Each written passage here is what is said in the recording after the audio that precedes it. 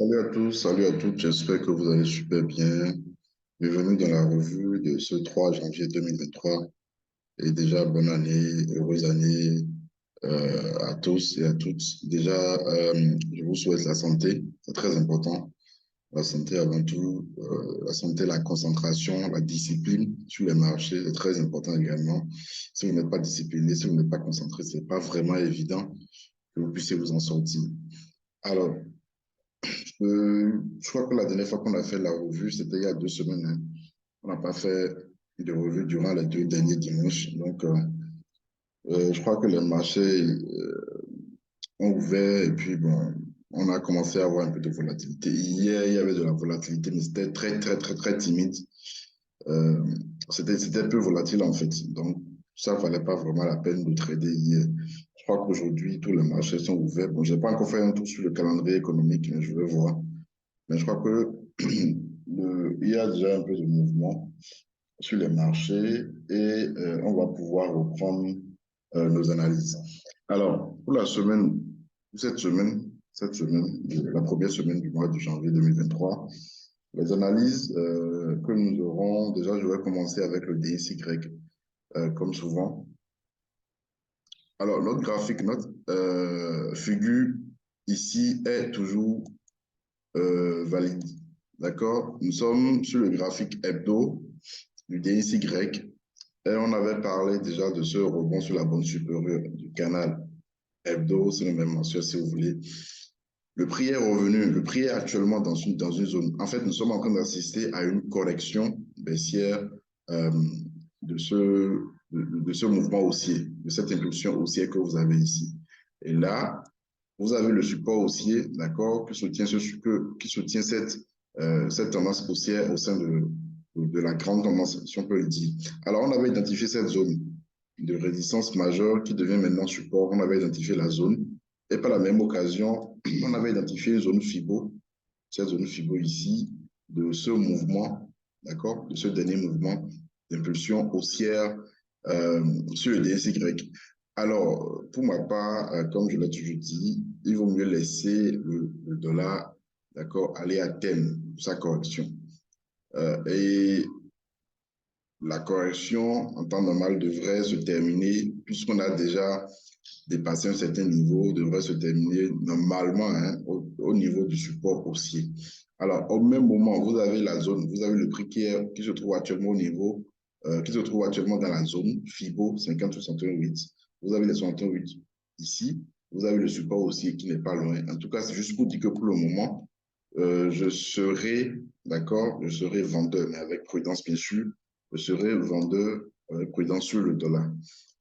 En tout cas, pour le moment, on n'a pas encore de signaux clairs, d'accord, de la reprise haussière. Donc, nous sommes toujours au sein de la correction. Nous sommes toujours en train d'assister à cette correction-là.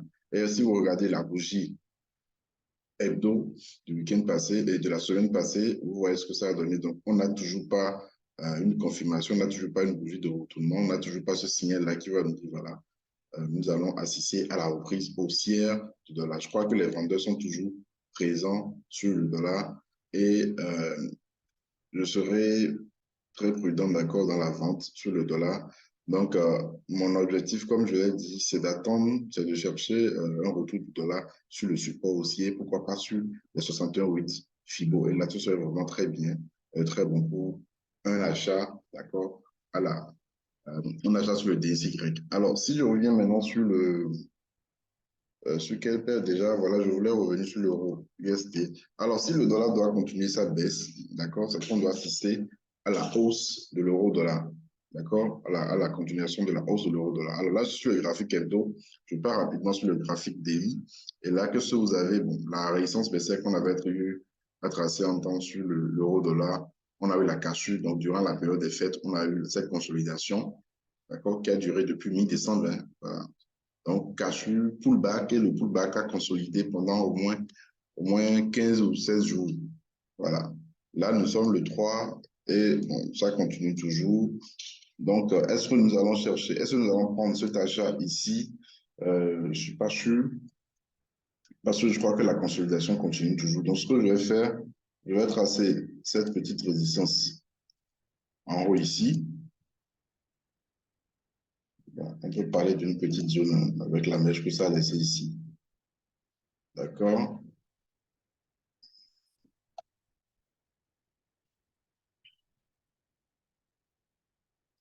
Voilà.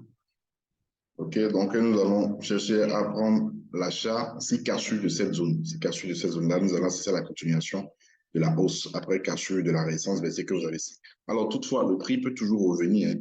Il peut toujours revenir dans la zone ici. Ça peut toujours revenir dans cette zone ici avant de repartir. Comme ça peut revenir tester.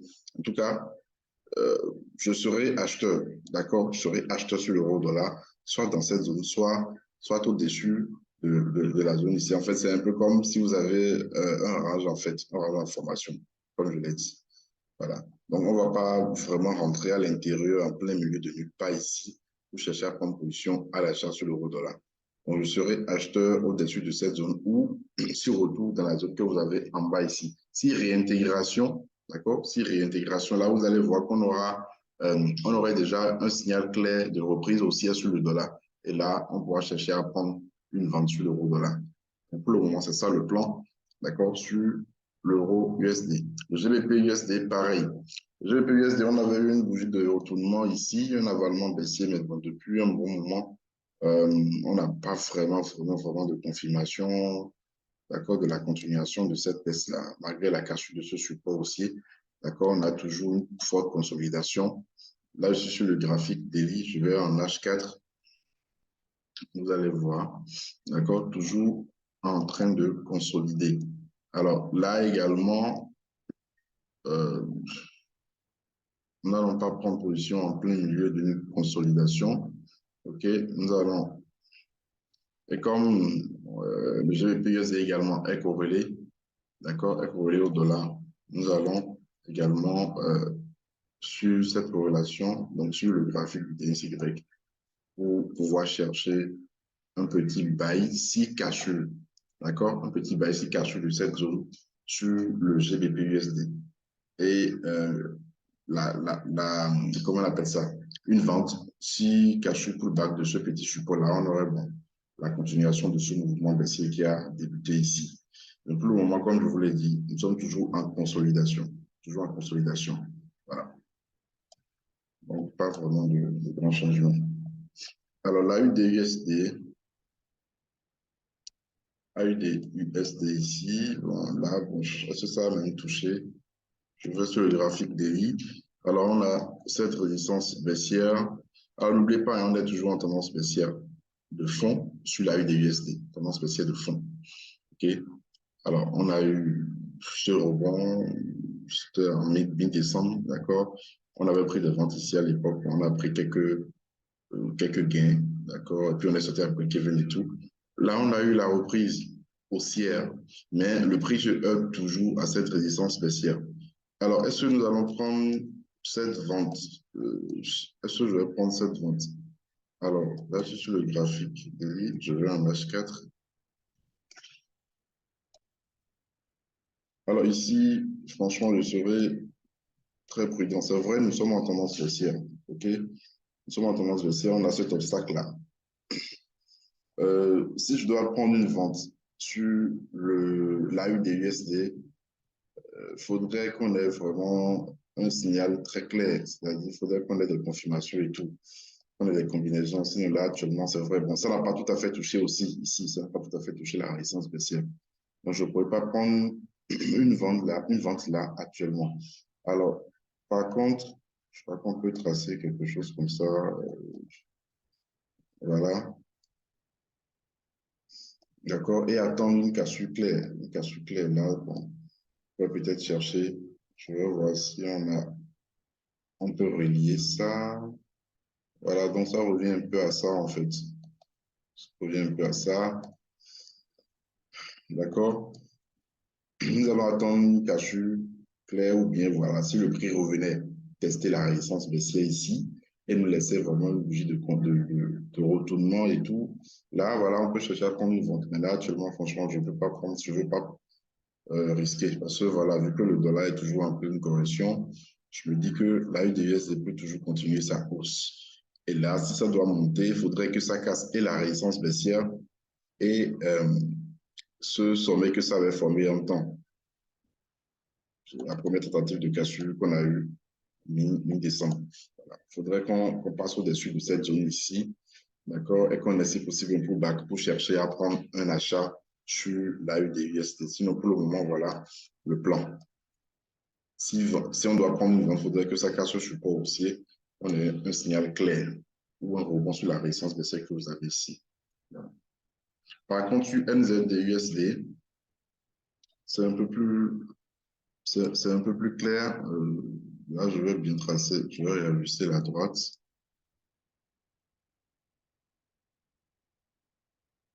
Voilà.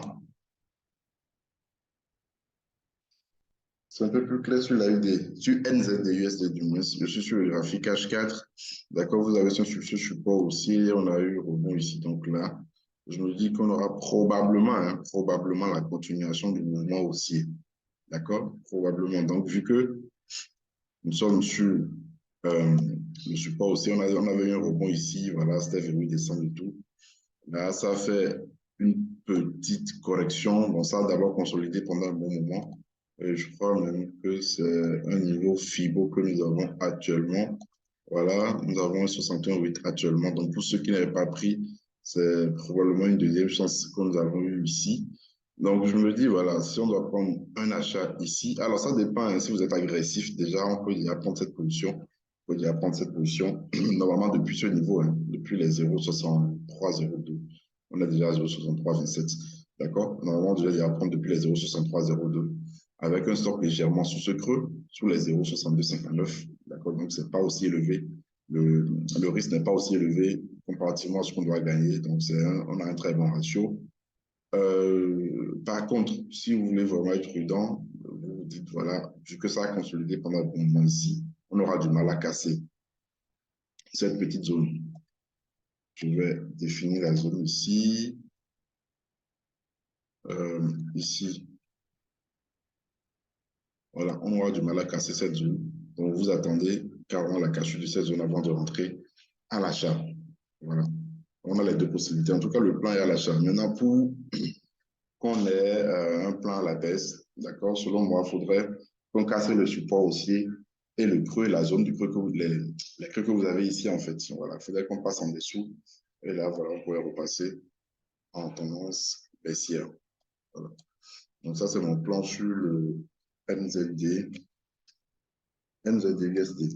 Alors, je crois que j'ai fait GBP, NZD, AUD, Euro-USD. Je voulais parler du gold. Alors, le gold ici, qu'est-ce que nous avons? Le gold a continué la hausse, on a eu la cassure de la zone dont on avait parlé en temps. Sur le graphique daily. Excusez-moi. Ok, voilà, vous avez eu la cassure. Bon, cette zone a été travaillée pendant des jours et des jours, pendant au moins un mois. Voilà. Depuis début décembre, la zone a été travaillée. Finalement, ça a cassé. Ça a cassé, bon, c'est un peu trop parti. Donc, moi, je ne pense pas qu'on puisse prendre un achat ici. Selon moi, je crois que c'est un peu trop parti. Encore avec les méchants, ça a laissé du tout. Voilà. Alors, pour ma part, si je dois prendre un achat sur le gold, je vais plutôt attendre une correction ou bien un pullback clair, en fait. D'accord? Il faudrait qu'on ait un pullback vraiment clair pour chercher à prendre cet achat-là. Sinon, rentrer à l'achat ici, franchement, je ne suis pas trop pour. Il faudrait que ça nous laisse, que ça corrige, d'accord? Peut-être même en H4, peut-être euh, on aura un mouvement correction, mouvement, voilà.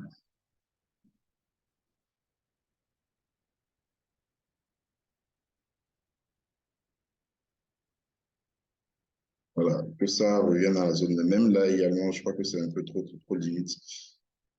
Je vais plutôt attendre, comme je l'ai dit, une correction soit dans la zone FIBO ou pourquoi pas dans cette zone ici.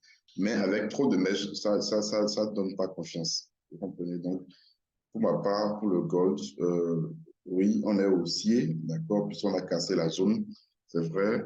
Mais rentrer là, c'est vraiment un peu trop parti. C'est acheter totalement en haut et c'est pas trop bon. L'idéal serait d'attendre, comme je l'ai dit, qu'on ait une correction, d'accord, avant de pouvoir entrer à l'achat sur le gold. Alors, l'USDJPY, par contre, d'accord, continue sa baisse. Je ne sais pas si vous vous rappelez, on a tradé ce pullback, on a tradé ce FIBO, cette zone FIBO, ce niveau également FIBO. Je ne sais pas, je n'ai pas fait de revue la dernière fois.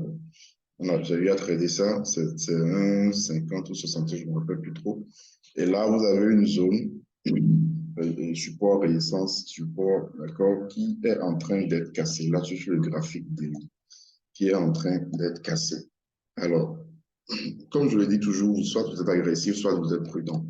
Et là, excusez-moi, le trader agressif serait déjà en vente, d'accord, depuis la clôture là-dessous. Pour ma part, je vais plutôt attendre, d'accord, un pullback dans cette zone. En fait, c'est un peu comme ce que nous avons ici. Ça a cassé, mais c'est vrai que ça a beaucoup chuté avant de faire le pullback, avant de rechuter après. On aura peut-être la même chose. Alors, toutefois, ça peut toujours, sans faire de pullback, hein, ça peut continuer sans faire son pullback et puis revenir directement sur la bande inférieure de cette droite qu'on a eu à tracer ici, de la bande inférieure en fait. Voilà, c'est bien possible. Mais comme je l'ai dit, je vais plutôt patienter. Ça va peut-être nous donner une très bon trade, c'est possible. Mais on va plutôt patienter, voir comment ça va se dérouler. Voilà. Alors, je voulais parler de l'AUD, JPY, qui, là, vous avez le graphique TI. Voilà, nous avons une très bonne configuration là-dessus. Alors, sur le graphique hebdo d'abord, qu'est-ce que vous avez? Vous avez cette grande résistance baissière. Vous voyez, cette résistance baissière. Est-ce que c'est un triangle descendant? Je le dis que c'est un triangle descendant, c'est bien possible. Voilà. D'accord, on a un triangle descendant, bonne inférieure, bonne supérieure et tout. Je vais prolonger. Voilà, triangle descendant, on est parti chercher la bonne supérieure ici.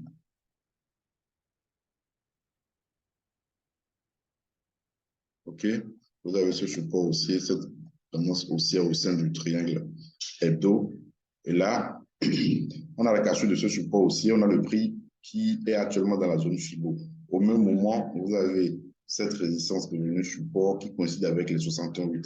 Alors, ce que je vais faire, là, je suis le graphique hebdo, je vais en daily. En daily, qu'est-ce que nous avons? En daily, vous avez effectivement, là, on constate la cassure du support aussi, pullback même, avec, je crois que pour un Fibo, hein, très bonne combinaison ici.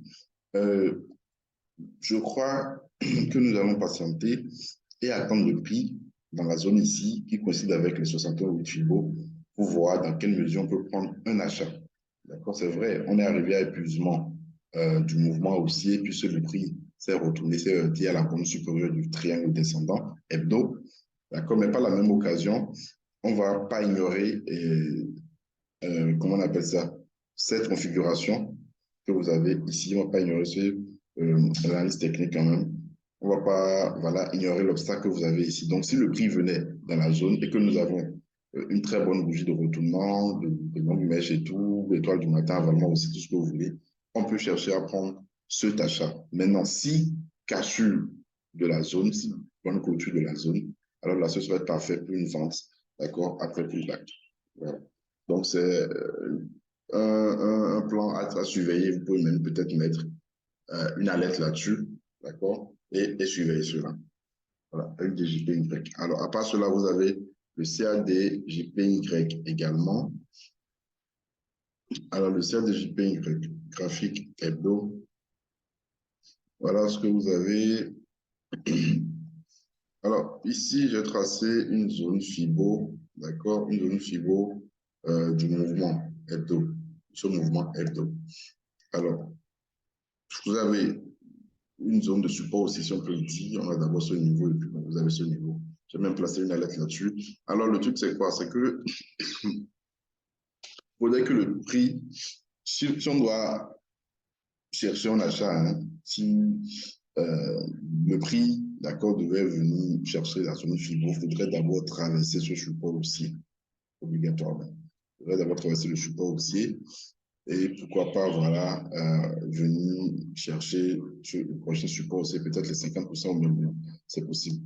Mais pour le moment, c'est ce niveau qu'il faudrait d'abord surveiller, ce support haussier qu'il faudrait d'abord surveiller. Encore que vous avez une zone ici, donc c'est pourquoi je voulais, bon, pas que je voulais, que je prévoyais, d'accord, un retour en bas ici. Donc, si réaction sur ce support haussier, il est possible de chercher un achat. Mais si cassure, alors là, nous allons carrément attendre, d'accord, parce que là, ce support haussier, c'est la première droite qu'on aurait eu à tracer, bon, sinon qu'on a eu à tracer, d'accord, sous la formation de cette tendance haussière. Voilà. Donc là, nous allons voir comment ça va réagir. Nous sommes sur le graphique hebdo, donc on a encore beaucoup de temps. Mais il faudrait quand même surveiller ça pour voir comment ça va réagir. Alors, à part cela, vous avez NZDCHF. NZDCHF, là sur le graphique hebdo, je vais sur le graphique daily, vous allez voir. Alors, qu'est-ce que vous avez? On a eu à trader ce mouvement depuis, voilà, octobre 2022 et tout. En tout cas, on a déjà eu la cassure de la résistance baissière ici, pullback, si on peut le dire. Bon, on a eu un pullback ici, là, on a une correction en cours actuellement. On a ce support haussier que j'ai tracé. D'accord. Au même moment, le prix venait sur le support haussier. On a la zone 50-61 Fibo en cours actuellement. Alors, j'enlève même d'abord la zone puisque on est déjà sur le support haussier. Et je crois qu'on peut chercher, OK, à prendre, en fait, ça revient un peu à ce qu'on a vu sur NZD-USD. Consolidation depuis le rebond ici. Donc, ça n'arrive toujours pas à décoller. Si vous voulez, vous êtes arrivé, si vous prenez, mais ça peut, la consolidation peut continuer. D'accord, maintenant, si vous voulez être prudent et tout, vous attendez carrément la cassure. Je vais en H4. Voilà, vous attendez la cassure, vous avez vu, ça ne fait que consolider depuis un bon moment. Voilà, je crois que c'est depuis ici.